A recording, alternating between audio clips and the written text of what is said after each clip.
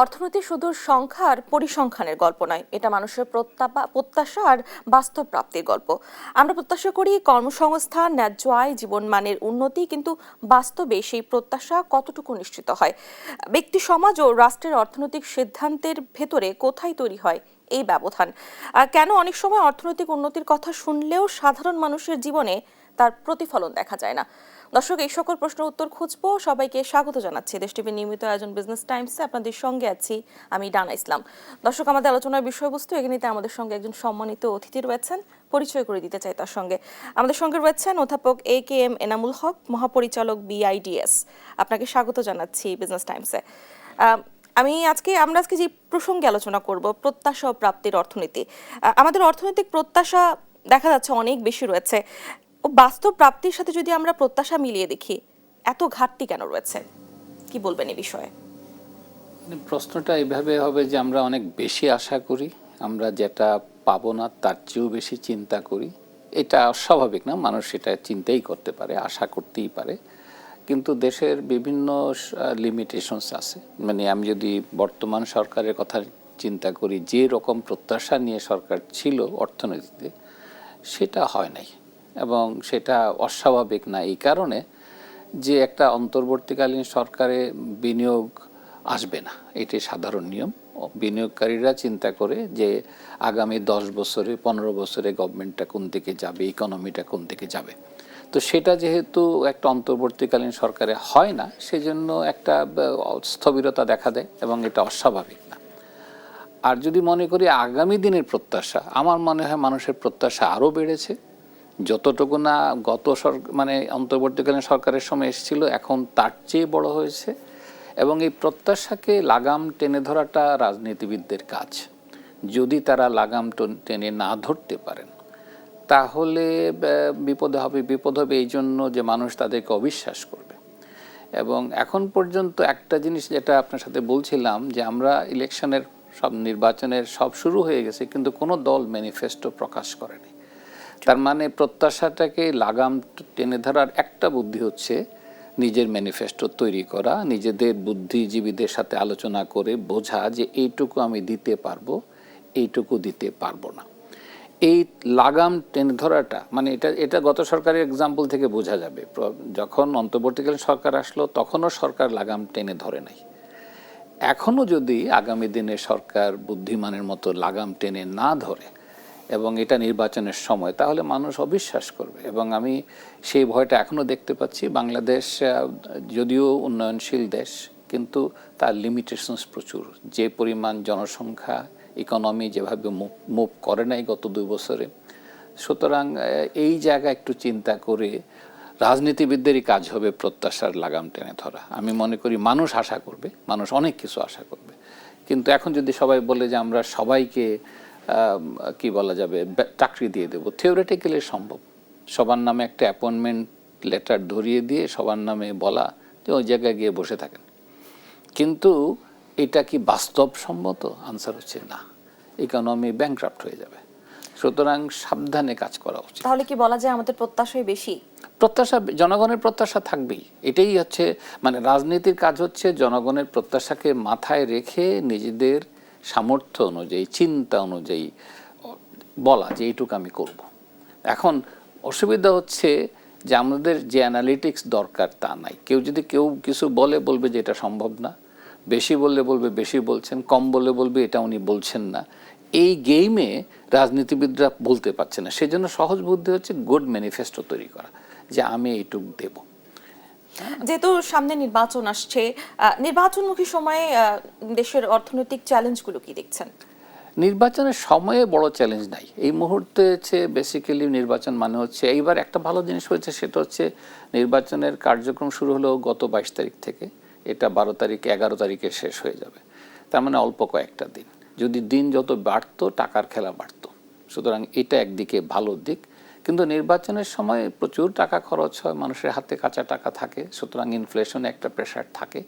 এবং পরবর্তী সরকারের দায়িত্ব হবে অ্যানালিটিক্যালি বোঝা যে আমি কোনটা করব না। আমি এখনও এই ভয়টা পাচ্ছি যে আমরা প্রচুর প্রত্যাশা নিয়ে তৈরি করব, মানুষ আবার যদি হতাশ হয়, এটা ঠিক হবে না দেশের জন্য। আমরা প্রচুর নানা সময় হতাশায় ভুগেছি। এই হতাশা যেন না আসে, সেই জন্য কাজটা, দায়িত্বটা রাজনীতিবিদদের। তাদেরই বলতে হবে যে আমরা এইটুকু করব। কারণ যেটা বলবেন সেটাও যে করতে পারবেন তার কোনো কারণ নাই। বর্তমান বিশ্ব অর্থনীতিতে যেরকম পরিবর্তন হচ্ছে, একটা সরকারের পক্ষে একা সব কিছু করা সম্ভব হবে না। সুতরাং একদিকে আমি আশার আলো যাব, আরেকদিকে যদি আমি বলি কোনোটাই পারবো না, এটাও ঠিক হবে না। অতএব তাদেরকে কিছু জায়গায় পরিষ্কার থাকতে হবে। বৈশ্বিক অর্থনৈতিক চাপের কথা যদি বলি, এটা আমাদের জন্য কতটা উদ্বেগের? এটা উদ্বেগের মানে এখন আমরা যদি বলি, গত পরশু দিন বা তার আগের দিন ক্যানাডিয়ান প্রাইম মিনিস্টার যে শব্দটা ব্যবহার করেছেন, যে economy, global economy is in rupture, transition না, একসময় বলতাম পরিবর্তন হচ্ছে, এখন বলতেছে এটা ভেঙে যাচ্ছে। এবং এই যে ভেঙে যাওয়ার কথাটা বললেন, সত্য হোক মিথ্যা হোক, পার্টলি ট্রু। এরকম অবস্থায় ছোট দেশগুলো বিপদে আছে, মানে কানাডার মতো দেশ বিপদে আছে, আমাদের মতো দেশও বিপদে থাকবে। সুতরাং খুব সাবধানে পা ফেলতে হবে বৈশ্বিক অর্থনীতি বুঝে, কারণ ইকোনমি মেজর চ্যালেঞ্জে আসতেছে। বড় বড়, মানে আপনি বলেন চায়না, ইন্ডিয়া, এখন কানাডা ফ্রি ট্রেড করে ফেলতেছে ইন্ডিয়ার সাথে। তার মানে চিন্তা করেন কিভাবে তারা এত দূরত্বে চিন্তা করতে পারছে। গতকালকে জাপান আমাদেরকে ফ্রি ট্রেডের কাছাকাছি বলছে, এত 1000 পণ্যের উপরে কোনো শুল্ক মুক্ত, এবং আমরাও তাদের প্রায় 1000 পণ্য দিচ্ছি, শুল্কমুক্ত করছি। তার মানে অনেকগুলো চেঞ্জ আসবে, এবং এই চেঞ্জগুলো যারা এক সময়ের নেতা, দেশে বিশ্বের নেতা, আমেরিকা, রাশিয়া, সবাই, চায়না, এরকম আনন্দে নিচ্ছে তা না। সুতরাং এটা একটা বিশাল চ্যালেঞ্জ, এবং সরকারকে খুব সাবধানে এগোতে হবে। আমি মনে করি এটা পলিটিক্যাল না, ইকোনমিক ম্যানেজমেন্টেও পরিবর্তন আনতে হবে। মুদ্রাস্ফীতির কথা যদি বলি, মুদ্রাস্ফীতি নিয়ন্ত্রণে বাংলাদেশ কেন ধারাবাহিক চ্যালেঞ্জের মুখে পড়ছে? মুদ্রাস্ফীতি তো বলি না, আমরা বলি মূল্যস্ফীতি। তো মূল্যস্ফীতিতে চ্যালেঞ্জটা খুব স্বাভাবিক। এরকম একটা দেশে, আমাদের মতো দেশে, আমার মনে হয় ইকোনমিক পলিসিতে যেটা নাই সেটা হচ্ছে ইনভেস্টমেন্ট না থাকলে। ইনভেস্টমেন্ট নাই মানে হচ্ছে উৎপাদনে গ্রোথ নাই, আমার জিডিপিতে গ্রোথ নাই, কিন্তু আমার ইকোনমির ডিমান্ডে গ্রোথ আছে, মানুষ বাড়ছে। মানুষ যখন বাড়ছে, সে বলবে আমি এটা চাই ওটা চাই, কিন্তু উৎপাদন যখন কম হবে অথবা উৎপাদন যখন ব্যাহত হবে, আমরা যে কাজটা করি, এবং আমার কাছে মনে হচ্ছে এই পরিবর্তনটা আনতে পারলে ভালো হতো, সেটা হচ্ছে আমরা ক্রাইসিস আসার পরে এটা নিয়ে চিন্তা করি। ক্রাইসিস যখন ঘটে যাবে, যখন আপনি দেখবেন যে ডিমের অভাব বাজারে, তখন ইম্পোর্ট লাইসেন্স দিয়ে আপনি ডিম আনতে আনতে ক্রাইসিস শেষ হয়ে যায়। এগুলো 15 দিনের 20 দিনের ক্রাইসিস। আমাদের পেঁয়াজের crisis is a good example, 15-20 দিনের ক্রাইসিস। এখন আমাদের অসুবিধা হচ্ছে আমাদের অ্যানালাইটিক্যাল নলেজ এত উইক যে আমরা এটা বুঝি না। এই অ্যানালিটিক্যাল নলেজ দিয়ে যদি কাজ না করি, আমরা যদি শুধু বাজার স্ট্যাটিস্টিক্স দিয়ে কাজ করি, একটা হচ্ছে বাজারে স্ট্যাটিস্টিক্স নেওয়া, আরেকটা হচ্ছে এটার পেছনে কার্যকারণ ব্যাখ্যা করা। আমি আমার এক ছাত্রীকে নিয়ে কাজ করছিলাম জাস্ট ডিমের বাজারটা দেখার জন্য। আমরা দেখলাম জুলাই, অগাস্ট, সেপ্টেম্বর মাসে ডিমের দাম যেখানে সাধারণভাবে 9 টাকা থাকে সেটা 15 টাকা হয়ে যায়। তার মানে দেখেন প্রায় ডাবল দাম হয়ে যাচ্ছে। এই যে ক্রাইসিসের টাইমটাকে ডিফাইন করা, এবং সেটা চিন্তা করে আমি আগে থেকে ইম্পোর্ট করতে হতে 15-20 থেকে 1 মাস সময় লাগে। অর্থাৎ 1 মাস আগে আমাকে ডিসিশন নিতে। আমার কাছে মনে হচ্ছে আমাদের দেশের ইকোনমিক ম্যানেজমেন্টে এটার অভাব। আমরা আজকে স্ট্যাটিস্টিক্স দেখে, ক্রাইসিস দেখে, এবং আজকে এটা সলভ করতে চেষ্টা করি, এগুলো ইম্পসিবল আইডিয়া। ফলে দেখবেন কি হবে, আমি যখন ডিম আনবো, এক্সাম্পল দিচ্ছি, ততদিনে ডিমের দাম পড়ে গেছে, এবং আমার দেশের প্রডিউসাররা তখন বিপদে পড়ে। সেম হয়েছে পেঁয়াজের ক্ষেত্রেও।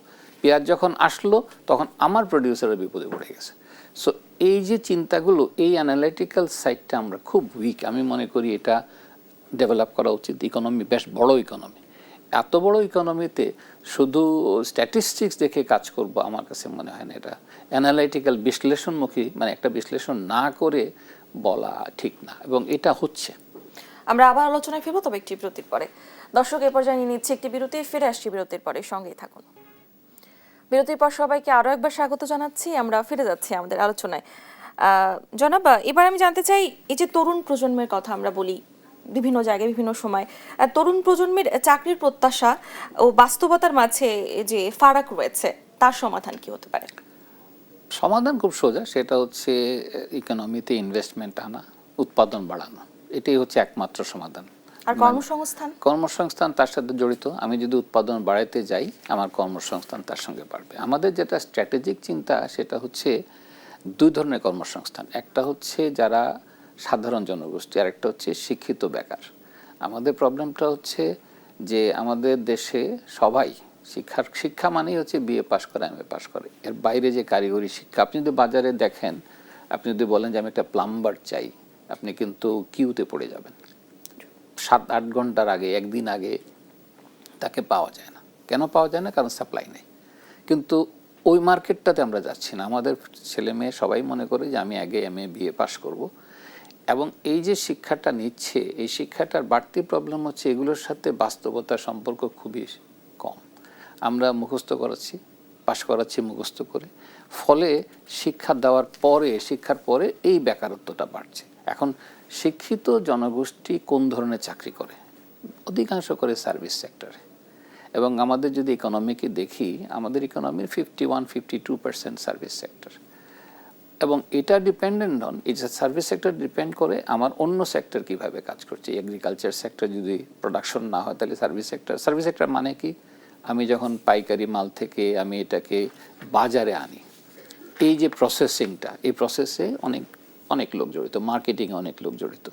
কিন্তু আমার ইকোনমিতে যদি উৎপাদন না বাড়ে, তাহলে এটা হবে না। দ্বিতীয় চ্যালেঞ্জ যেটা হচ্ছে এদের এই জনগোষ্ঠীর জন্য, বিশেষ করে এমপ্লয়মেন্টের ক্ষেত্রে, সেটা হচ্ছে আমাদের এখানে যে টেকনোলজি আসতেছে, এই টেকনোলজিটা ক্রমাগত শিক্ষিত জনগোষ্ঠীর কাজ নিয়ে যাবে। একটু আগে আমরা আলোচনা করছিলাম, এআই আসছে, এআই কিন্তু অনেক কাজ নিয়ে যাবে। এই যে নিয়ে যাবে, এর ফলে আমি এজ এ শিক্ষিত পারসন, আমাকে তখন চিন্তা করতে হবে মেশিনের সাথে আমার পার্থক্যটা কোথায়। মেশিনের সাথে আমার পার্থক্য যদি এডুকেশন তৈরি করতে না পারে, এবং যেটা হচ্ছে না, ফলে এরা অধিকাংশ ক্ষেত্রে চাকরি পাচ্ছে না, শেষ পর্যন্ত কর্মসংস্থানের ঘাটতি আরো বাড়বে। সো আমি দেখছি এই প্রবলেমটা আসছে, এবং এটা আপনি একদিনে সলভ করতে পারবেন না, স্ট্র্যাটেজিক্যালি আপনি সলভ করতে পারবেন। স্ট্র্যাটেজিক্যালি সলভ করা কি? আমি এখনো মনে করি আমাদের দেশের জিওগ্রাফিক অ্যাডভান্টেজটা নেওয়া। আমরা তো ডিসঅ্যাডভান্টেজ দেখি, আমরা সবসময় মনে করি আমরা ভারতের পাশে আছি, জিওগ্রাফিক ডিসঅ্যাডভান্টেজ। আনসার হচ্ছে একটা বিশাল অ্যাডভান্টেজও আছে। আপনি দেখেন ইউরোপে, আমি এটা প্রায় বলি বোঝার জন্য, ইউরোপে ছোট ছোট দেশগুলো কিন্তু ইকোনমিতে ভালো করছে, কারণ তারা integrated with the rest of the Europe. আমাদের ইকোনমিটাকে আমরা ইন্টিগ্রেট করছি না উইথ আওয়ার নেইবার্স। যত বেশি আমি ইকোনমিকে ইন্টিগ্রেট করব, আমার অ্যাডভান্টেজ বেশি হবে। আমি একটা সহজ এক্সাম্পল দিই, শ্রীলঙ্কার সাথে ভারতের ঘাটতি ছিল, বাণিজ্য ঘাটতি, এই সেন্সে যে ভারত অনেক বেশি এক্সপোর্ট করতো শ্রীলঙ্কাতে, বিনিময়ে শ্রীলঙ্কা ইম্পোর্ট করতো কম। এরকম একটা ঘাটতি, মানে ইম্পোর্ট বেশি করতো, এক্সপোর্ট করতো কম। এরকম একটা ঘাটতি অর্থনীতিতে চাইনিজরা যখন বলল শ্রীলঙ্কার সাথে ফ্রি ট্রেড করবে, করে চাইনিজরা শ্রীলঙ্কাতে ইনভেস্টমেন্ট করলো আর বিক্রি করলো ইন্ডিয়াতে। ইকোনমিক ইন্টিগ্রেশনের সুবিধা, এখন শ্রীলঙ্কার সারপ্লাস। এই ইকোনমিক লজিকগুলোকে যদি আমরা না বুঝি, আমরা যদি বুঝি যে আমি আমার আইল্যান্ডে বসবাস করব, তাহলে ইকোনমি গ্রো করা খুব ডিফিকাল্ট। সুতরাং আমাদের পলিটিক্যাল রিয়েলিটি, আমরা কানাডা আমেরিকা যত বেশি গালাগালি করুক, 1-10 টাকা পছন্দ করে না, কিন্তু তাদের ইকোনমিক ট্রেড 80% এখনও আমেরিকার সাথে। এরকম বহু দেশ পাবেন যারা একজন আরেকজনের সাথে বাহ্যিকভাবে পছন্দ করছে না, politically not in favour of each other. Best example সম্ভবত তাইওয়ান, চায়না। এরকম একটা ইকোনমি, একজন আরেকজনকে দেখতে পারে না, কিন্তু বিশাল ইনভেস্টমেন্ট তাইওয়ানিজদের চাইনিজ ইকোনমিতে। এই স্ট্র্যাটেজিগুলোকে আমরা আমাদের দেশে আমরা সবগুলোকে এক জায়গায় নিচ্ছি। এগুলো যদি হিসাব না করি, তাহলে গ্রো করবে না। এমন সার্ভিস সেক্টর, আমি কেন বলছি এটা ইম্পর্টেন্ট, যে পৃথিবীর সার্ভিস সেক্টরের একটা বিশাল দিক হচ্ছে ব্যাংকিং সেক্টর, ফাইন্যান্স সেক্টর। এখন আমার ফাইন্যান্সিং সেক্টর, ব্যাংকিং সেক্টর বলতে আমি বাংলাদেশি ব্যাংক বলছি না, বিদেশি ব্যাংক ঢাকায় কখন আসবে? যখন দেখবে বিজনেসটা সে ইন্ডিয়ায় করতে পারে, যখন সে দেখবে বিজনেসটা ঢাকায় বসে সে চায়নাতে করতে পারবে। চায়নাতে যখন বিজনেস করবে, ইন্ডিয়াতে যখন আমার ব্যাংক সেক্টর বিজনেস করবে, তখন সে কী করবে? আমার এখানে শক্তিশালী এমপ্লয়মেন্ট গ্রো করবে। আমার এখানে গ্লোবাল ইন্স্যুরেন্স কোম্পানি যত ইন্টিগ্রেট হবে, বলবে যে আমি ঢাকায় বসে পুরো কাজটা করতে চাই। কেন? বলছে ঢাকা হচ্ছে সেন্ট্রাল। আপনি এই মুহূর্তে সিঙ্গাপুরকে আমরা সেন্ট্রাল মনে করি, কিন্তু ম্যাপে দেখবেন সিঙ্গাপুর অনেক নিচে। যদি আমি বড় ইকোনমিকে চিন্তা করি, আমার ইকোনমি চারিদিকে 3টা বড় ইকোনমি, ভারত একটা, চীন একটা, আর আসিয়ান আর একটা। এই 3টার সেন্টারে বাংলাদেশ। এরকম সেন্ট্রাল ইকোনমিতে আমার গ্লোবাল পজিশনিংয়ের অ্যাডভান্টেজটা নেওয়া উচিত। তাহলে কর্মসংস্থানে বাড়বে, না হলে জোর করে তো কর্মসংস্থান হবে না। বাংলাদেশের ব্যাংকিং খাতগুলোর কথা যদি বলি, বাংলাদেশের ব্যাংকিং খাতের অনিয়ম অর্থনীতিকে দুর্বল করছে, এই বিষয়ে কি বলবেন? ট্রু, এটা মানে এটা, এবং এটা একদিনে হয় নাই। আমাদের ব্যাংকিং খাতে যে ট্রান্সপারেন্সি থাকার কথা, যে অ্যাকাউন্টেবিলিটি থাকার কথা, নাই। এবং নাই বলেই আমরা এটাকে ওষুধ দিয়ে ঠিক করতে চেষ্টা করছি। আমরা বলছি যেটা ভেতর থেকে, আমরা বলি না, ডাক্তাররা বলে যে একটা হচ্ছে ওষুধ দিয়ে আপনি রোগ সারাবেন, আরেকটা হচ্ছে ভেতর থেকে নিজেই কেয়ারফুল হবেন যাতে রোগটা না আসে। আমাদের অসুবিধা হচ্ছে আমরা সব দুর্বল হয়েছে, মারা গেছে, এখন ওষুধ দিচ্ছি। এটা দিয়ে ব্যাংকিং খাত বড় হবে না। এটার ভেতর থেকে যে ধরনের, কি বলা যাবে, এক ধরনের পোকায় খাওয়া হচ্ছে, ভেতরটা ঠিক করতে হবে। এবং ভেতরটা ঠিক করার জন্য ব্যাংকারদেরকে দায়িত্ব দিতে হবে যে তুমি প্রফেশনাল ব্যাংকার, দায়িত্ব নিতে হবে। এখন ব্যাংকার যদি কেরানি হয়ে যায়, বলবে যে আমি কি করব, লোন চাইছে আমি দিয়ে দিছি, এই ধরনের কেরানিগিরি দিয়ে আপনি ব্যাংক চালাতে পারবেন না। ব্যাংক কেরানি দিয়ে হয় না, ব্যাংক ব্যাংকার দিয়ে হয়। এবং সেই ধারণাটা আমরা প্রতিষ্ঠিত করতে পারিনি। আমরা এখনও মনে করছি যে কিছু অফিসার বসিয়ে দিলে, বাংলাদেশ ব্যাংক থেকে কিছু লোক পাঠিয়ে দিলে মনে হয় ব্যাংক ঠিক হয়ে যাবে। ব্যাংকিং এভাবে হয় না। ব্যাংকিং ব্যাংকার দিয়ে হয়, প্রফেশনাল ব্যাংকার, এবং সেই চিন্তাটা রাখতে হবে। আমরা এখনও সেদিকে যাচ্ছি না। আমরা আবার আলোচনায় ফিরবো, তবে আরেকটি বিরতির পরে। দর্শক, এ পর্যায়ে নিয়ে নিচ্ছি আরও একটি বিরতি, ফিরে আসছি বিরতির পরে, সঙ্গেই থাকুন। বিরতির পর সবাইকে আরো একবার স্বাগত জানাচ্ছি। আপনারা দেখছেন বিজনেস টাইমস। আমরা ফিরে যাচ্ছি আমাদের আলোচনায়। জনাব এনামুল হক, এবার আমি আপনার কাছে প্রশ্ন রাখতে চাই, বাংলাদেশের অর্থনীতিকে যদি আমরা বহুমুখীকরণ করতে চাই, সেক্ষেত্রে নতুন কোন খাতগুলোকে জোর দেওয়া প্রয়োজন বলে আপনি মনে করেন? আমি মনে করি যে নতুন খাতের মধ্যে দুটো দিক আসা উচিত। একটা হচ্ছে এমপ্লয়মেন্ট গ্রোথ দেখা, মানে আমাদের খাতের মধ্যে যেটা হচ্ছে, যেমন ধরেন আমাদের গার্মেন্টস ইন্ডাস্ট্রি একটা বিশাল খাত এখনও ইকোনমিতে, কিন্তু এটাকে আমি যত বেশি রুলের মধ্যে ফেলে দিচ্ছি, এতে কি হচ্ছে, ইন্ডাস্ট্রিগুলো বড় হচ্ছে, এমপ্লয়মেন্ট কমতেছে। আমাদের এমপ্লয়মেন্ট গ্রোথ গার্মেন্টস সেক্টরে খুব বেশি না। কিন্তু আমাদের যেটা দরকার, কানেক্টিভিটি উইথ দি এসএমইস, যে ছোট ছোট ইন্ডাস্ট্রিগুলো যেখানে অল্প পয়সায় পুঁজিতে করে, সেখানে কিন্তু এমপ্লয়মেন্ট গ্রোথ হাই, কিন্তু ওরা নিজেরা পারবে না। আমার ইন্ডাস্ট্রির সাথে এসএমইর একটা কানেক্টিভিটি তৈরি করা, যেটা অনেকটা আমি বলবো জাপানিজ মডেল। জাপানিজ ইকোনমিতে ইভেন টয়োটার মতো অর্গানাইজেশন, তারা যখন পার্টস তৈরি করে, পার্টসগুলো কিন্তু করে ফেলে, আউটসোর্স করে ফেলে। এখন আমরা বাংলাদেশের ক্ষেত্রে আমরা জিঞ্জিরাকে জানি, নামে জানি, কিন্তু আউটসোর্সিং স্ট্র্যাটেজিগুলো আমাদের নাই। সো আমাদের ইন্ডাস্ট্রিতে গ্রো করতে গেলে এই যে আউটসোর্সিং স্ট্র্যাটেজিগুলোকে অর্গানাইজ করে আনতে হবে। এটা হচ্ছে একটা বুদ্ধি। এটা ছাড়া এমপ্লয়মেন্ট গ্রোথটা হবে না। আর এমপ্লয়মেন্ট গ্রোথ ছাড়া ইকোনমি খুব একটা আগাবে না। এবং আমাদের দ্বিতীয় জিনিস যেটা হচ্ছে, সেটা হচ্ছে এইটা করার জন্য দুই ধরনের বুদ্ধি। একটা হচ্ছে ডোমেস্টিক মার্কেটকে টার্গেট করে হবে, আরেকটা হচ্ছে বিদেশি মার্কেট। বিদেশি মার্কেটে একটা সহজ এক্সাম্পল ধরেন, আমাদের দেশের আড়ং, ভেরি গুড ব্র্যান্ড। বিদেশে যদি আড়ং বলে খুঁজতে চান, পাবেন না। কোনো কোনো দেশে যেটা আছে সেটা বাংলাদেশে এটা কেনে বলে, কিন্তু তার মানে হচ্ছে একটা ব্র্যান্ড তৈরি করার মতো ক্ষমতা আমাদের হয়নি। আমরা এখনও তাদের ব্র্যান্ডের নামে চলি। তার মানে তাদের ব্র্যান্ডের সাথে আমাদের আউটসোর্সিংগুলো দরকার। আমাদের তৃতীয় দিক হচ্ছে, আমি যেটা আগে বলছিলাম যে আমার আশেপাশে ইন্ডাস্ট্রিগুলো কারা। আপনি খেয়াল করেন, আমার স্ট্রেংথ হচ্ছে প্লাস্টিক ইন্ডাস্ট্রি, আমার স্ট্রেংথ হচ্ছে ছোট স্মল ইঞ্জিনিয়ারিং। তাহলে এর সাথে লিঙ্ক করে আমি যদি চাইনিজ ইকোনমির সাথে কানেক্টিভিটি তৈরি করি, সেও তো আউটসোর্স করে, সেও তো অনেক কাজ নিজে করতে পারে না, তার এই লেবার নাই এখন।